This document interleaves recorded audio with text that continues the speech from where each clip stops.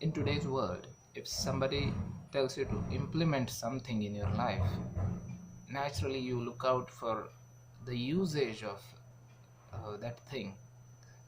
Like, what is the importance of this? What is the takeaway? What is the benefit? What is the usefulness, overall usefulness of something? And once you're convinced about that thing, then and only then you think of implementing or adopting whatever it is in your life. It applies to everything. And so, even for yoga, the same thing is there. Although in the last few years, a lot of awareness has been created about yoga, and lakhs of people worldwide, it doesn't matter which background they come from, they've applied yoga to a certain extent in their life and they're reaping the benefits of it. But still, every time the discussion needs to be there as to how yoga is important and how it can be useful in upgrading yourself, whoever you are, whatever you are doing in your life, yoga can be a useful tool. So we'll try to see for some time what is the importance of yoga and how it can be useful in our life. See, in today's world, balance is the key to everything. Whatever you say, do, eat, feel, think, express,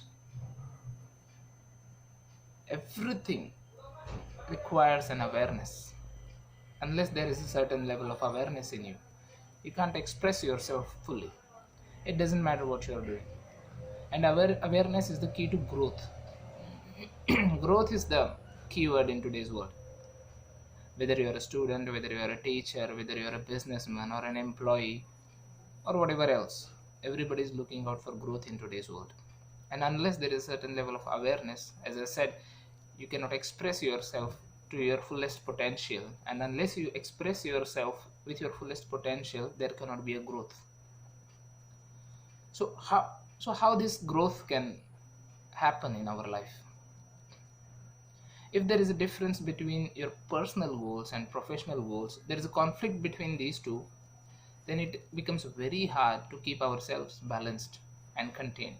And if you're not balanced in your life, naturally it hampers your performance.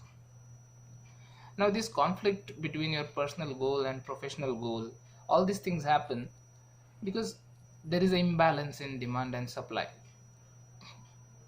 Whether you are a student, there is a certain demand from you, either by your parents, from your teachers, or probably when you sit for your campus placements, from your future employer. There are certain demands that you need to fulfill. Whether you are a teacher, there are certain demands from your students and the management. Whether you are a businessman, whether you are an employee, everywhere, or whether you are playing the role of a parent or a child, whatever it is in your life, there is a certain demand from the environment, from the people that you work with, from the people that you stay with. And if there is a difference, if you're not able to satisfy, if you're not able to fulfill that demand, then there is a conflict, and that imbalance creates further imbalance in your personality, which gets expressed in the activities that we do. So this demand and supply, how to manage this gap between demand and supply?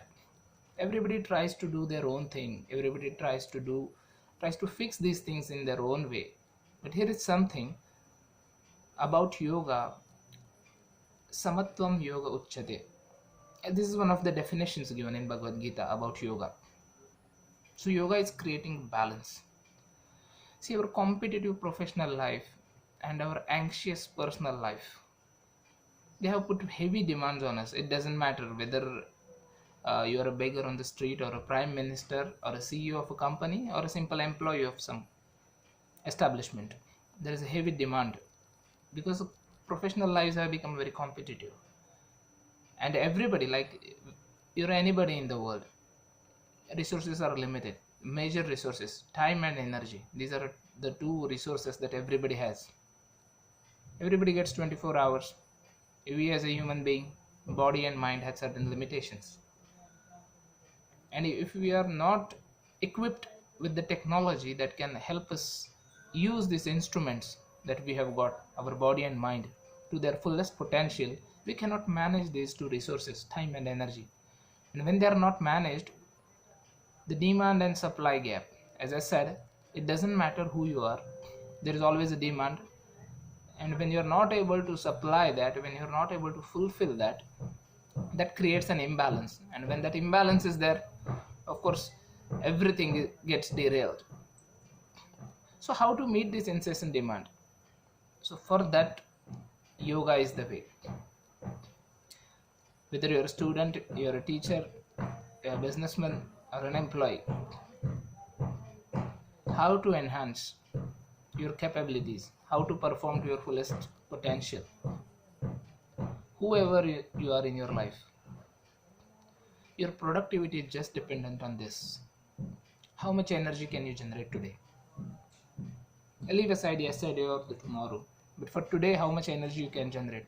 If you wake up in the morning and you're full of energy, whether you're in your house or at your workplace or going at a party at your friend's place or spending some time, leisure time, if you're full of energy, the output that you provide, the output that you give is way different than something you do out of the compulsions that you have. In the morning, you wake up, you don't feel like going to your workplace, but you have to because your leave has not been sanctioned. Or whether you're a student and you have got an exam tomorrow, in the morning, you wake up and you're not in a good state of your mind. Maybe because of you did not sleep last night well or did not study well. Then how are you going to go out there in the exam hall and write your papers? So these are very common examples in our life. Unless there is a certain level of balance, you have achieved a certain level of balance, you won't be able to pass through this course of life effortlessly. And for that, yoga can be helpful. How it can be helpful? See, yoga connects. The word yoga itself means, the root word for yoga is yoja. Yoja means to connect, that which connects. See, there is a universal storehouse of energy and ideas everywhere. Everybody accesses this storehouse of energy and ideas according to their own limitations and own mechanisms, and they express it. This is the reason somebody becomes a dancer, somebody becomes a painter, somebody becomes a good orator, somebody becomes a good business person, somebody becomes a good critic. All this comes from this universal space. And how do we get access? See, the more access you get to something, the more power you get. You're a student, you're in a college, you have a certain level of access to the resources and the infrastructure. You're a teacher, you have a certain level of access. You're someone else, you have a certain other level of access. More the access, more the power. And more the power, more you can express yourself. So yoga is the way to get more access to this universal storehouse of energy and ideas. See, when we connect ourselves to this ocean of energy and ideas, we can express ourselves in many different ways, and we can see growth. See, ultimately everything is about growth in our life, and we can have a good growth once we connect to this universal storehouse of energy through yoga. So yoga is the way. See, it's like oneness. So when we say yoga is unity, unifying yourself, your individual consciousness to universal consciousness, it talks about the oneness. It is like a standalone computer which gets connected to the world of internet. Once you switch on your internet connection or a Wi-Fi connection and log into your computer, see, an individual computer, doesn't matter how wonderfully it works, the capacity of that computer and a second computer which is connected to the internet, there is a vast difference. So the same thing applies to who we are as this body mind complex. And once we get connected through yoga, once we get connected to this universal powerhouse of energy and ideas, we become a totally different human being. See, instantaneously, once the computer gets connected to the internet, instantaneously it gets access to the world of resources and infinite information. You have a laptop in your hand or an iPhone or a mobile in your hand, and there is an internet connection, and you log into your computer, you have access to almost infinite level of information and knowledge, resources, so many things you can do. Same way, Through yoga practice, if you are able to connect your body, mind, intelligence, emotions, and energies to this universal consciousness, you can tap into the resources and power which can enable you to express yourself in far better ways than who you are right now. See, one feels short of resources when he thinks he alone is the doer. Right now, you are a student listening to this. You feel like if you are the only person that is doing everything, like you have to study, you have to obey to your parents, you have to meet the demands in your college, you have to write down exams, again you have to get qualified to get picked up by a company, or you have to start your own business, and you certainly know that there are certain limitations to your knowledge, to your physicality, to your emotions, and to your energies. You won't be able to meet all these demands. Maybe there will be some ups and downs because you are thinking you are the only doer. See, no one is alone. We are all interconnected, interdependent, and interrelated. Once you understand this, see, this understanding gets developed through the practice of yoga. Once this understanding gets developed, you get vast amount of energy and access to this energy. See, yoga tells us to give up this illusion of doership. You are alone, not the doer. You are an instrument. Once you develop that understanding that you are just an instrument, a medium through which this work is happening, whether it is a study, whether it is a teaching, whether it is running a business, or whether it is doing some job, once you develop that understanding that you are an instrument through which this universal energy, this universal consciousness is getting the work done, if that change happens in your understanding and your perspective, certainly you will realize that you are far better in whatever you are doing. See, this truth relieves us from the anxiety of the outcome. Because let's say in the next month you have to write down an exam, there is a certain anxiety because in the past 6 months, if you have studied, you will be okay. But if you have not studied, if you don't have any idea, you will be anxious. But if you practice yoga, you will be grounded, and once you are grounded and once you are stable, you will understand what exactly needs to be done in order to get the required outcome, and accordingly you will work. Otherwise, what will happen is you will simply sit worrying about what will happen, and you will create situations in your mind which not even have happened. So all this, see, it's very easy to talk and listen, but unless you implement yoga, this is the speciality of yoga. This is not just about philosophy or discussion. There are protocols and there are practical methodologies and techniques which you apply in your life. It helps you to transform. So yoga gives us a clean image of who we are, devoid of illusions. Yoga helps us to live in our innermost Shet. See, in yogic terminologies, human body, see, we understand this as our physical body. There are different Shets of body have been described in various yogic scriptures, and they say there is one body called as bliss body. So once you are connected with that bliss body internally, naturally you are happy, and substantially it has been proven by scientific methods that when a person is happy, when a person is in a good mood, he gives a good outcome.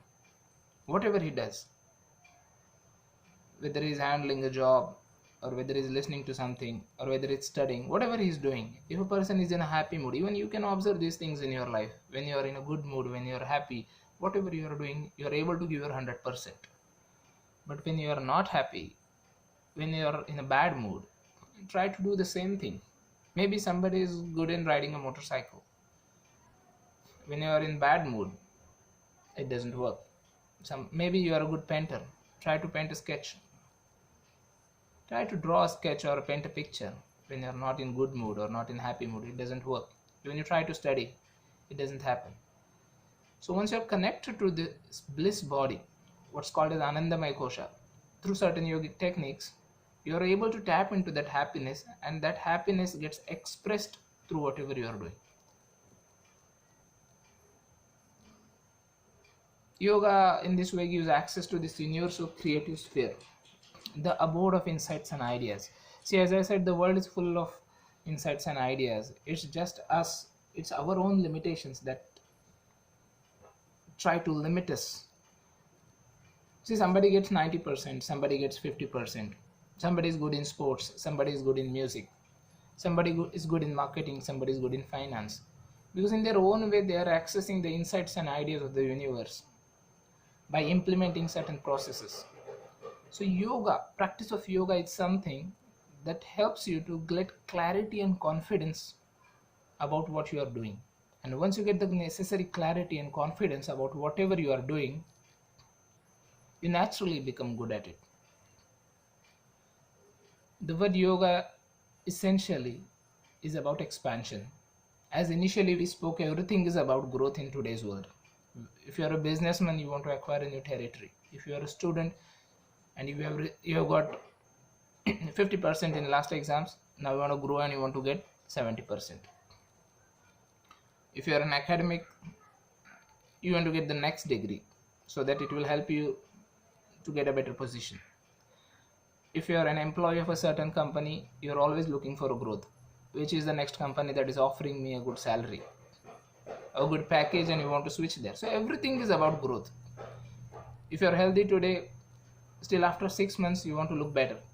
So everybody's perspective is moving around growth. And yoga is about expansion from individual to universal. Yoga enables us to identify with the larger entity. Individual learns to progressively identify, see what are the larger entities that we have. You are an individual, you have family, that's a larger identity. What's your surname? Oh, this is my identity. After family, there is an organization. Where do you study or where do you work? Okay, this is an organization. This is again one more identity. After that, there is a society. Where do you live? Okay, this and this city and state, this and this society I live. Then again further higher identity. Okay, I live in this country, so you're identified with your country. Then where do you stay? Okay, I live in this world, I live on this planet.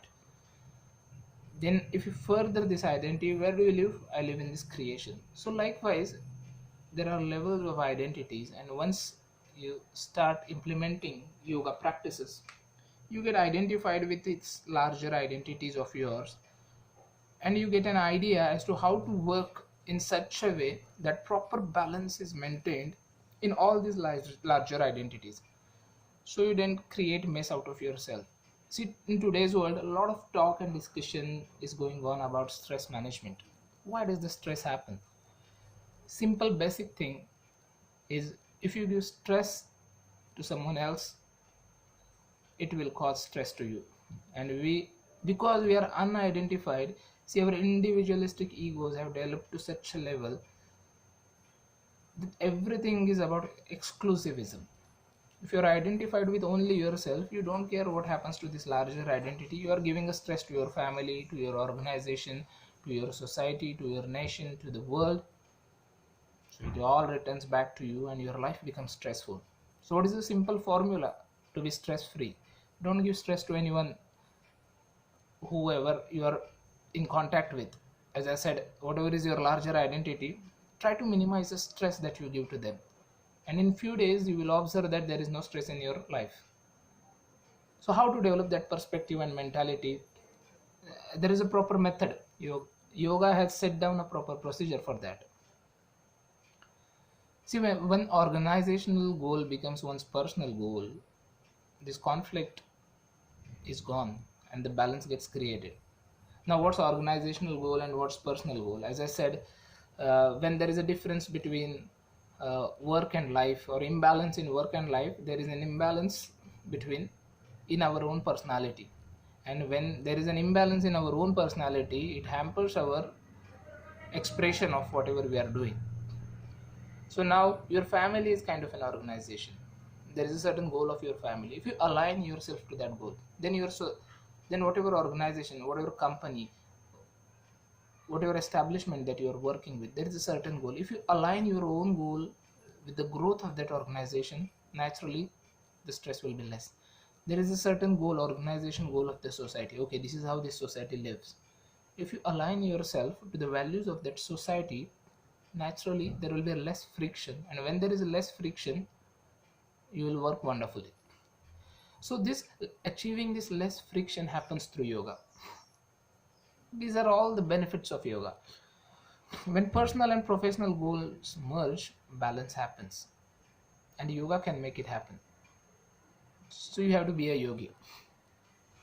So what it means to be a yogi in our context, see, there can be many things that can be talked about yoga, but in our context, being a yogi means being youthful, being original, being gentle, and being inspiring. If you can imbibe these four qualities in yourself, we can say you have become a yogi to a certain extent, and that will be useful not only to yourself but to the larger community that you are working with. As I said, the larger identities of ourselves, whether you're a student or anybody else, your family, your organization, your society, your nation, and to the world at large extent, you will be useful if you stay youthful. Staying youthful means what? Staying youthful doesn't mean getting back to 15-year-old. No, staying youthful means full of strength and vigor, full of vitality, full of energy. See, age is just a number. When you are working with some establishment, there are certain requirements, and if you cultivate the attitude of happiness, you can stay youthful. Now, second thing is being original. This is again one more quality of being a yogi. How do you become being original? In today's world, we get access to a whole lot of information. As I said, through internet, you log into the internet and you enter some keywords, whole lot of information comes in. You have to present, for example, you have to present a project report. You copy a few things from internet and project is delivered. Try to be original. If you try to develop this critical thinking and try to develop these critical ideas, your brain, the neuronal structure of your brain, it gets an exercise. When the neuronal structure gets an exercise, new pathways, neuronal pathways get created, and when new neuronal pathways get created, the new structure helps you to ascend to higher potential and higher possibilities. So anything is there. Let's say you have been given a task. Everybody is given a task. You're a student, the task for you is to study. Whatever is your subject, you're studying marketing, computer science, finance, it doesn't matter. There is a certain task. You devote yourself to the task. Try to come up with your own answers. Try to come up with your own ideas. If you develop these things, it will help you later on in your life. So try to be original. Third is try to be gentle. See, in today's world, everybody tries to show their attitudes. See, everybody has some position. Let's say you are head of 30 people. You're trying to show your position. You're trying to show your power. You're eager to express your power over these people. Somebody is a team manager in a company. He's handling 50 employees. I don't know how many of you have worked in the companies and corporate and everything. You'll see the managers' faces with long faces. They'll be shouting in the meetings, weekly meetings or quarterly meetings about sales targets or requirements of deliveries or so many things. They'll be shouting at their employees. Many times, maybe for right reasons, but some of the times it is only to show the power. So if you, there are better ways to handle people. If you can be gentle with people, they will give us good results. So try to be gentle. It doesn't matter who you are. Once this quality of gentleness is developed in you, you'll see things start changing. Then the fourth quality of a yogi, it has to be the inspiration. Nowadays, we all of us, if you go to the book market, if you study the book market, what are the best-selling books of these days? In the last few years, all motivational books, because we live in a competitive world and so many negative things are happening around us. Maybe positive things are also happening, but negative things get the exposure through media, through newspapers, even through the discussions that we have with our friends. Many times you will observe that we are talking about negativity, and once we talk about negativity, it spreads in our life and there is no inspiration. If there is no inspiration, how does the inspiration come? See, everybody has struggled